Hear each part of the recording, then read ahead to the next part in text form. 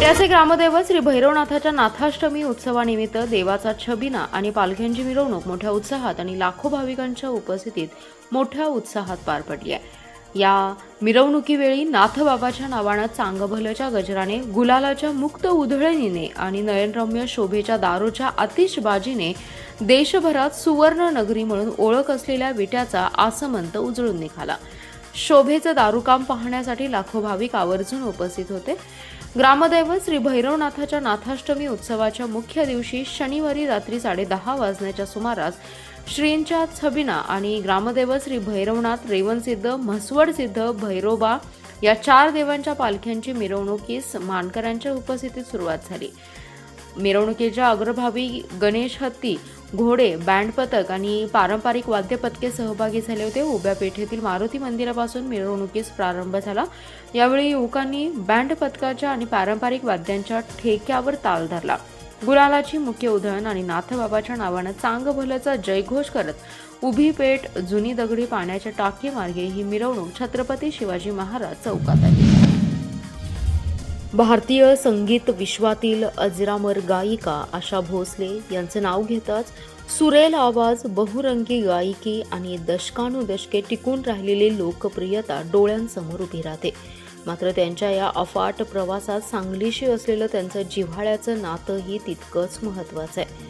आशाताईंचा जन्म सांगलीत झाला, त्यानंतर प्राथमिक शिक्षणही येथेच झालं। संगीताचा श्री गणेशा वयाच्या 9व्या वर्षी सांगलीतून झाला। सांगलीत सुरू झालेला त्यांच्या या संगीताचा प्रवास जगभर पोहोचला। त्यांच्या सांगीतिक जीवनाची पाळेमुळे या मातीत रुजलेली असल्याने त्यांना सांगली भूषण पुरस्कारही देण्यात आला होता। महापालिकेच्या वतीने दीनानाथ मंगेशकर शताब्दीनिमित्त मंगेशकर भाऊ भगिनी अशा 5 जणांचा सन्मानही सांगलीकरांनी केला होता। आशाताईंच्या निधनाने त्यांच्या आठवणी पुन्हा जाग्या झाल्या। वाळवा तालुक्यातील वाटेगाव येथे वडिलाने मनोरुग्ण मुलाच्या डोक्यात दगड घालून त्याचा खून केल्याची घटना घडली आहे।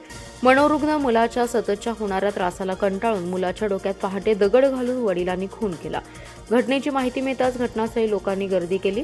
निखिल अरुण यादव असं खून झालेल्या मनोरुग्ण मुलाचं नाव आहे। तर आज पहाटे 4 ते 5च्या सुमारास मनोरुग्ण मुलाच्या त्रासाला कंटाळून मुलाच्या डोक्यात दगड घालून यादव यांनी खून केल्याची माहिती पोलिसांना दिली।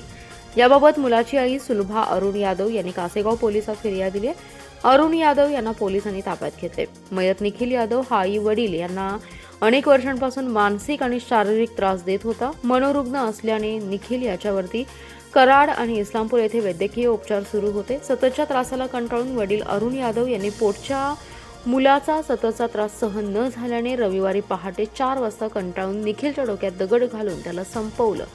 खून झाल्याची माहिती पोलीस पाटील नेमिनाथ खोत यांनी कासेगाव पोलिसांना दिली। कासेगाव पोलीस ठाण्याचे सहाय्यक पोलीस निरीक्षक हरिश्चंद्र गावडे यांनी घटनास्थळी धाव घेतली। निखिल यादवचा मृतदेह पोस्टमार्टमसाठी इस्लामपूरला पाठवण्यात आला आहे। घटनास्थळाला उपविभागीय अधिकारी अरुण पाटील यांनी भेट देऊन तपासाच्या सूचना दिल्या। पुढील तपास उपविभागीय अधिकारी अरुण पाटील यांच्या मार्गदर्शनाखाली कासेगाव पोलीस ठाण्याचे सहाय्यक पोलीस निरीक्षक हरिश्चंद्र गावडे अधिक तपास करत आहेत। घटनास्थळाला फॉरेन्सिक टीमने भेट देऊन तपास केला। शिवसेना पक्षाचे मुख्य नेते तथा राज्याचे उपमुख्यमंत्री एकनाथ शिंदे यांच्या मार्गदर्शनाखाली तसेच खासदार श्रीकांत शिंदे यांच्या नेतृत्वाखाली राज्यभर सुरू असलेल्या संघटनात्मक आढावा बैठकीच्या पार्श्वभूमीवर हातकणंगले लोकसभा मतदारसंघात तालुकानिहाय महत्त्वपूर्ण बैठक उत्साहात पार पडली आहे। हातकणंगले लोकसभा मतदारसंघाचे संपर्क प्रमुख म्हणून जबाबदारी स्वीकारल्यानंतर आमदार सुहास बाबर यांनी इचलकरंजी, शिराळा, पन्हाळा, जयसिंगपूर, ईश्वरपूर, शिरोळ या तालुक्यात पदाधिकारी मेळावे घेतले। या बैठकीतून संघटनात्मक शिस्त, नियोजन आणि जनसंपर्क वाढवण्यावर विशेष भर देण्यात आलाय। आगामी निवडणुकांच्या पार्श्वभूमीवर प्रत्येक कार्यकर्त्याला सक्रिय करण्याचं आवाहन त्यांनी केलंय। आमदार सुहास बाबर यांनी भारतीय निवडणूक आयोगामार्फत राबवण्यात येणाऱ्या विशेष सल्लोख पुनर्निरीक्षण मोहिमेबाबत कार्यकर्त्यांना सविस्तर मार्गदर्शन केलंय। मतदान यादी अधिक अचूक आणि पारदर्शक करण्यासाठी ही मोहीम महत्त्वाची असल्याचं त्यांनी सांगितलं।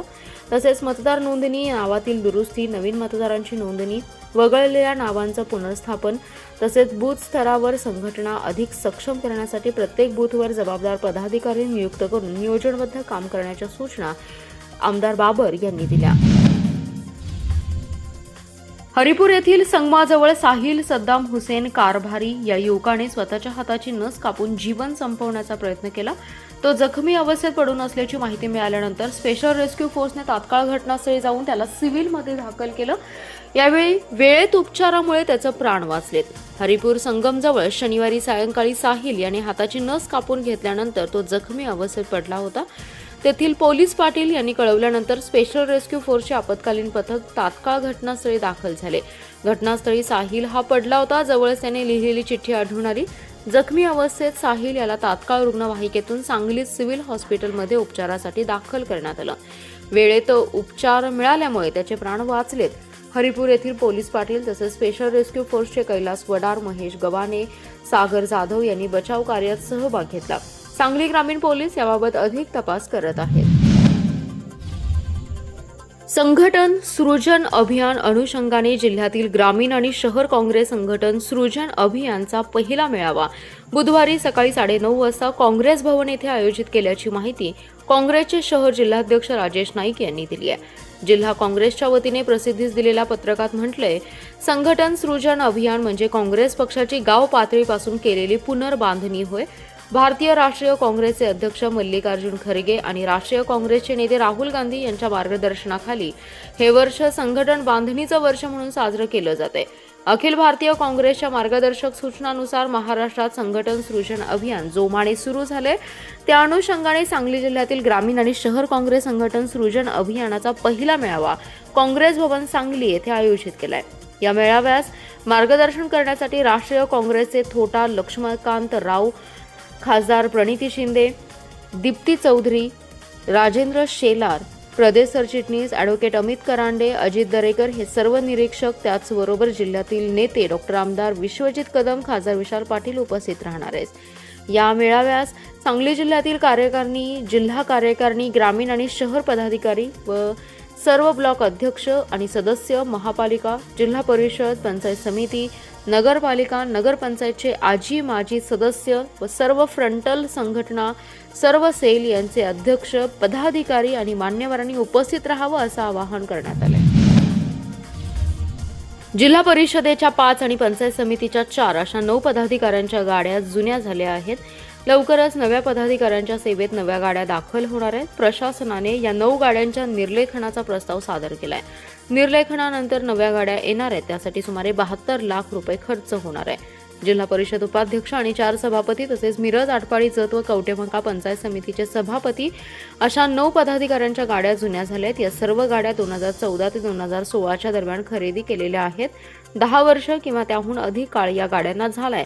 तब्बल 4 वर्षांनी पदाधिकारी कार्यरत झालेत। पदाधिकाऱ्यांना विविध कामे, बैठकांच्या निमित्ताने संपूर्ण जिल्ह्यात फिरावं लागतं।